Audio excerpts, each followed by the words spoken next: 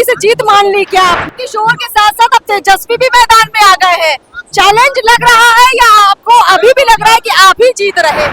जिस उम्मीदवार को 241 विधानसभा में जमानत जब्त हुआ हो, अभी विधानसभा के चुनाव में उसका क्या सोचना है, यहाँ कोई चैलेंज नहीं। प्रशांत किशोर चुनाव खुद लड़ रहे हैं, इसलिए ज्यादा बीजेपी यहाँ पर अलग रंग दिखा रही है, या फिर आप हर चुनाव में ऐसा करेंगे?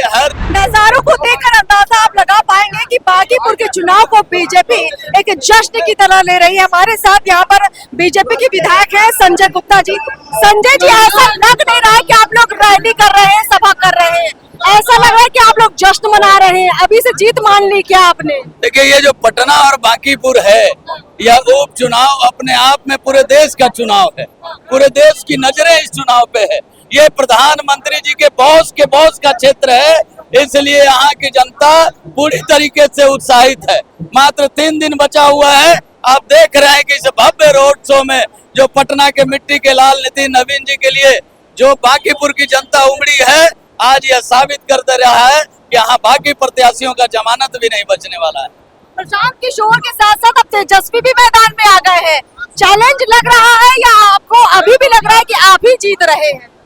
जब कुम्हड़ार का चुनाव हुआ था, वहाँ भी कई तरह के चैलेंजेस लगते थे, लेकिन जब रिजल्ट आया तो क्या हुआ यह पूरी जनता को पता है।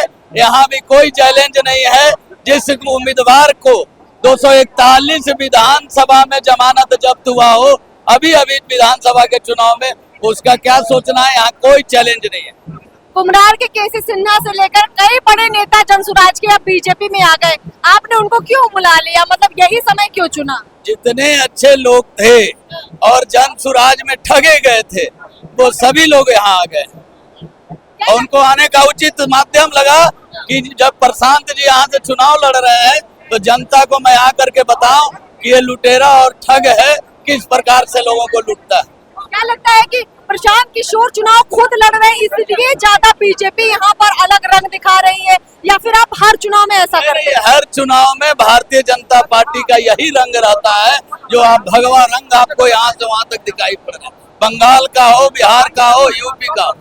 किसका वोट आपको पड़ रहा है? आप लोगों पर ये कहा जा रहा है कि सभी वर्गों का और बांकीपुर की सभी जनता का वर्ग पड़ेगा। यह चुनाव अपने आप में ऐतिहासिक होने वाला है। बहुत बहुत शुक्रिया हमसे बातचीत करने के लिए। तो देखिए, यहाँ पर कुल मिलाकर बहुत सारे ऐसे लोग हैं जो ये मानकर चल रहे हैं कि बीजेपी चुनाव ये जीत चुकी है। हालांकि अभी मतदान 30 जुलाई को होगा, लेकिन अभी ये नजारा बदल गया है।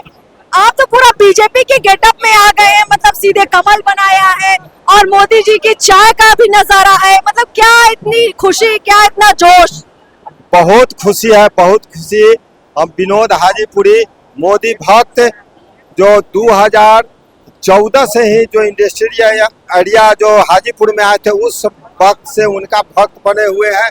जहां भी उनका कार्यक्रम होता है पहुंच जाते हैं। और जो आज का जो नितिन जो सभा निकला है, जो निकल रहा है, इसमें आप भीड़ देख सकते हैं कि क्या आपको महसूस हो रहा है।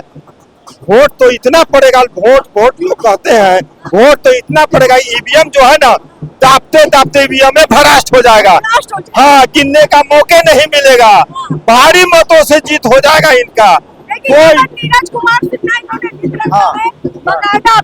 भाई का इतना वोट पड़ेगा नीरज भाई का कि कभी सोचबो नहीं किए। किशोर को क्या कहेंगे? प्रशांत किशोर उनके बारे में हम कुछ नहीं जानते, इसलिए कि उनको हम चिन्हो न करते हैं, जानते ही नहीं। हम कुछ नहीं समझते। इतने जानते हैं नरेंद्र मोदी जी जिंदाबाद और नीरज कुमार सिंह भाई जिंदाबाद। इतना वोट पड़ेगा कि ईवीएम जो है ना भ्रष्ट हो जाएगा, आवाज कर जाएगा ईवीएम। इतना वोट पड़ेगा, गिनने का मौका नहीं मिलेगा।